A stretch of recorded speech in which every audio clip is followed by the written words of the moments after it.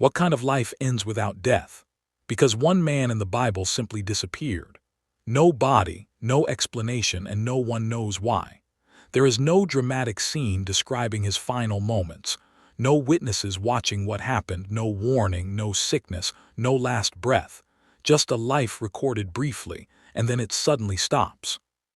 The Bible doesn't slow down to explain it. It doesn't describe how it happened or where he went. It simply gives you a name hidden among many others, in a long list of lives that all follow the same pattern: birth, years passing, and then death. Over and over again, the same ending repeats itself, until suddenly, without warning, the pattern breaks. When it reaches this one man, something changes. There is no "and he died." No final line to close his story. Instead, the text says something strange, something almost incomplete. He was not. And then, without pause, it moves on as if nothing unusual just happened. No reaction, no explanation, no detail, just absence. It's unsettling because it feels less like a death and more like a removal, as if he was simply taken out of the world entirely. And then one more line is added, not to clarify but to deepen the mystery, because God took him. But what does that actually mean? Was he taken physically? Did he vanish in an instant? Did he leave this world alive in a way no one else did? The Bible doesn't answer. It leaves the moment open, unfinished, almost silent compared to the rest of its stories. And that silence is what makes it so powerful, because in a book filled with detailed events, this moment is reduced to a single unexplained disappearance. The more you think about it, the stranger it becomes, because this isn't how stories are supposed to end. Endings are meant to be clear, final, understood, but this one is. It leaves behind questions that don't go away. Why him? What was different about his life? And what does it truly mean to walk with God in a way that changes the ending itself? Because one man lived, and somehow, his story didn't end like everyone else's, and whatever happened to him has never been explained. His name was Enoch. And strangely, that name appears only a few times in the entire Bible, almost as if his story was never meant to be fully told. There are no detailed events about his life, no recorded conversations, no dramatic moments that explain who he was or what he did, just fragments, brief mentions that feel incomplete, as if something important is missing between the lines. He lived in a time long before the flood, in one of the earliest generations of humanity, when the world was still forming its identity, but also beginning to drift into corruption. People were multiplying, cities were beginning to take shape, and yet something darker was growing beneath the surface: violence, pride, and a quiet separation from God that was spreading without being fully noticed. It was not a peaceful world, even if it may have seemed ordinary on the outside. And in the middle of all of this, Enoch lived his life quietly, without drawing attention, without power or status, without anything that would make him stand out in a historical sense. There are no records of him leading armies, building cities, or changing the world in any visible way. By all outward measures, he was just another man among many, another name in a long list that would eventually be forgotten. And yet, despite how little is said about him, one single detail is repeated, something that sets him apart in a way that isn't immediately obvious but becomes more significant the longer you think about it. The Bible doesn't describe his achievements, it doesn't highlight his influence, but it does say this: Enoch walked with God. It's a simple phrase, easy to overlook, but it raises more questions than it answers. What does it actually mean to walk with God? Was it a metaphor or something deeper? Did it mean he lived differently, thought differently, saw the world in a way others did? Because whatever it was, it separated him from everyone around him, even if no one else seemed to notice at the time. While the world continued in its usual pattern, living, drifting, eventually dying, Enoch followed a different path, one that isn't described in detail, but clearly led somewhere no one else had gone. And maybe that's what makes his story so unsettling, because nothing about it looks extraordinary on the surface. Yet the ending is completely unlike anything else. There's no build-up, no visible turning point, no moment where everything suddenly changes. Just a quiet life, lived differently in a way we don't fully understand, leading to an ending that breaks every expectation. And the more you look at it, the more it feels like the story isn't about what happened at the end, but about something that was happening the entire time, something hidden in that one phrase. He walked with God. Something that slowly, silently changed the direction of his life until one day, without warning, he was no longer there. That phrase, "he walked with God," seems simple at first, but the more you think about it, the less clear it becomes, because it doesn't describe an action you can easily picture, and it doesn't explain what it looked like in his daily life. It's not the same as believing or praying or following rules from a distance. It suggests something closer, something continuous, almost like a relationship that didn't break, even for a moment. While everyone else lived their lives reacting to the world around them, its pressures, its desires, its distractions, Enoch seemed to move in a different direction, guided by something unseen, something internal that the text never fully explains. And that raises an unsettling possibility. What if the difference wasn't in what he did, but in how he lived every moment?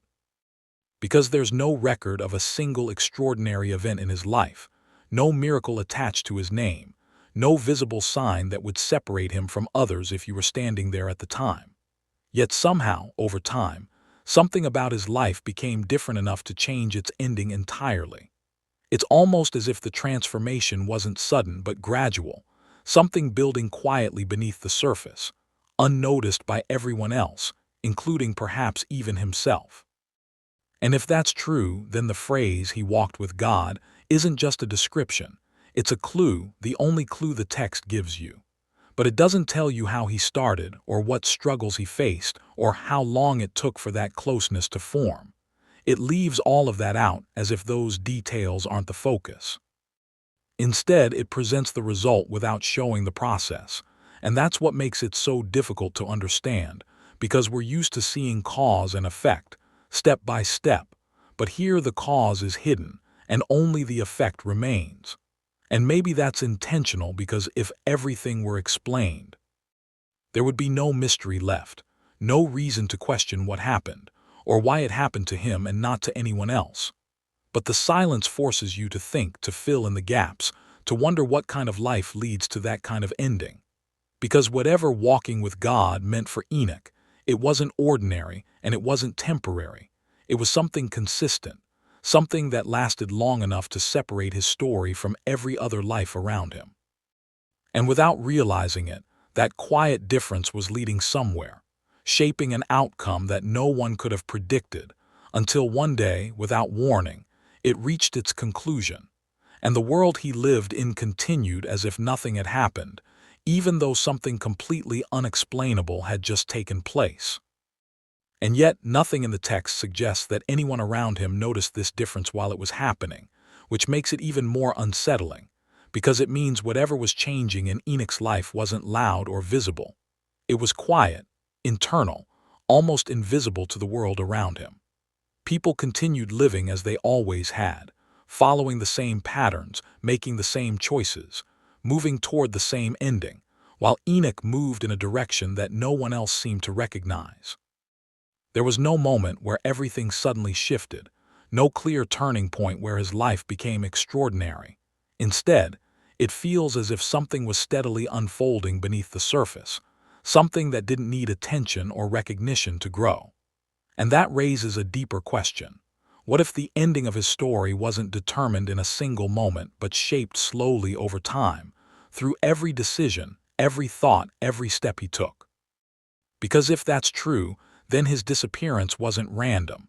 It was the result of something consistent, something built quietly in a way that no one could measure or fully understand. And still, the world around him continued unchanged, unaware that one life among them was moving toward an ending that didn't follow the same rules.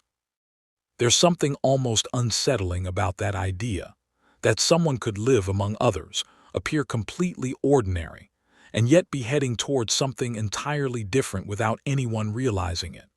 It makes the moment of his disappearance feel less like an event, and more like the final outcome of a process that had been happening all along, hidden in plain sight. Because when the text finally says, "he was not," it doesn't describe a sudden break. It doesn't show chaos or confusion. It reads almost quietly, as if the transition itself was natural, even though it defies everything we expect. And maybe that's what makes it so difficult to grasp, because we're looking for something dramatic, something visible, something we can understand.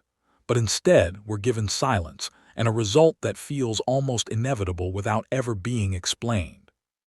And the more you think about it, the more it feels like the real mystery isn't just what happened in that final moment, but how a life could unfold in such a way that it leads there at all, without drawing attention, without leaving clues, without anyone noticing until it was already over. And by then, there was nothing left to see, nothing left to explain, just a single line that quietly records the outcome of something far deeper than the text is willing to reveal. And then, without warning, the story reaches its most unusual point, not with noise or spectacle, but with a quiet line that feels almost too simple for what it's describing. After everything, after a life that unfolded without recorded events or visible turning points, the text arrives at its conclusion, and instead of ending the way every other life does, it changes. There is no, and he died. No final number of years, no closing detail. Just a statement that feels incomplete on its own. He was not. And before you can fully process what that means, another line follows, because God took him. That's all the explanation you're given. No description of the moment, no indication of where he went, no detail about how it happened. It doesn't tell you whether anyone was there, whether it was seen or felt, whether it happened instantly or gradually.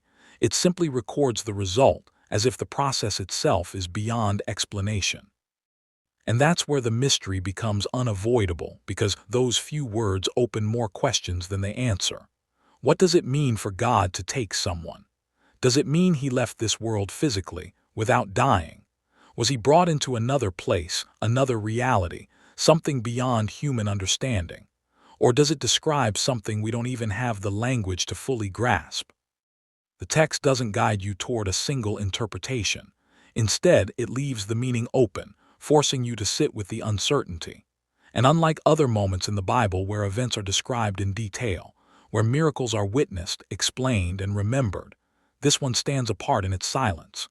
There are no reactions recorded, no follow-up, no attempt to make it clearer for the reader. It's as if the event itself resists explanation, as if it exists outside the normal way stories are told. And that silence makes it feel even more significant, because it suggests that whatever happened to Enoch wasn't meant to be fully understood through description alone. It wasn't just unusual. It was different in a way that separates it from everything else. And the more you think about it, the more it feels like that one line, because God took him, isn't a full answer but a boundary, a point beyond which the text doesn't go, leaving you to wonder what lies on the other side of it, and why, out of all the lives recorded, this is the one that ends without an ending, explained only by a phrase that reveals just enough to make the mystery impossible to ignore. And what makes it even more unsettling is that this kind of ending doesn't happen in the Bible, not like this, not in this quiet, unexplained way. Almost every life follows the same pattern, no matter how great or ordinary. They are born, they live, and eventually they die. Even the most important figures, the ones who perform miracles or lead entire nations, all come to the same conclusion. Their endings are recorded, their deaths described, their lives closed in a way that feels final and understood. But Enoch doesn't follow that pattern, and that's what separates his story from everything else. There is only one other figure in the Bible who is said to have left the world without dying in a similar way, and even that moment is described differently, with more detail, more visibility, more recognition. Enoch's disappearance, by contrast, is almost silent, almost hidden, as if it happened without drawing attention, without interrupting the world around him. And that contrast raises a deeper question. Why is his story told this way? Why is something so unusual described with so little detail? Because if this were meant to be understood clearly, you would expect more explanation, more context, more clarity about what actually took place. But instead, you're given the opposite. Just enough information to know that something extraordinary happened, but not enough to fully grasp it.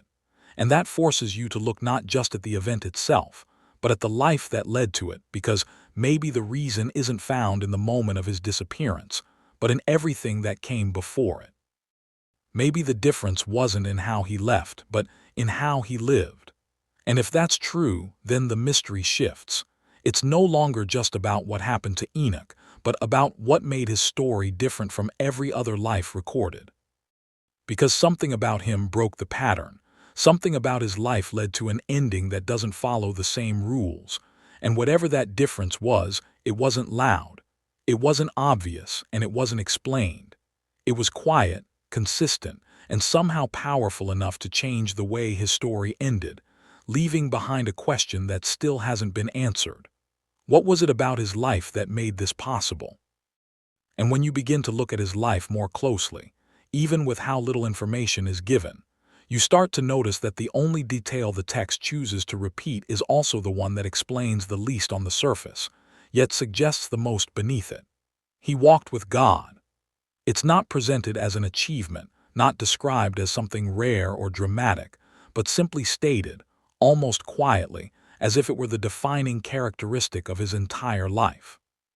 And that raises a possibility that's difficult to ignore, that whatever separated Enoch from everyone else wasn't a single act or a moment of greatness, but something far more consistent, something woven into every part of how he lived. Because if the outcome of his life was different, then something about the way he lived must have been different too, even if it wasn't visible to others at the time. It suggests a kind of closeness, a kind of alignment that didn't come and go but remained steady, shaping his decisions, his direction, and ultimately his ending. And in a world that was slowly drifting away from God, that kind of closeness would have been unusual, even if no one recognized it. While others followed what they could see, what they could control, what they could gain, Enoch followed something unseen, something that didn't offer immediate results or recognition. And maybe that's what makes his story so difficult to fully understand, because it challenges the way we usually measure significance. There's no visible impact, no recorded influence, no evidence of greatness in the way we expect it. Just a quiet life marked by a single phrase that seems simple but carries a depth that isn't explained. And yet somehow, that quiet difference led to an ending that stands apart from everything else.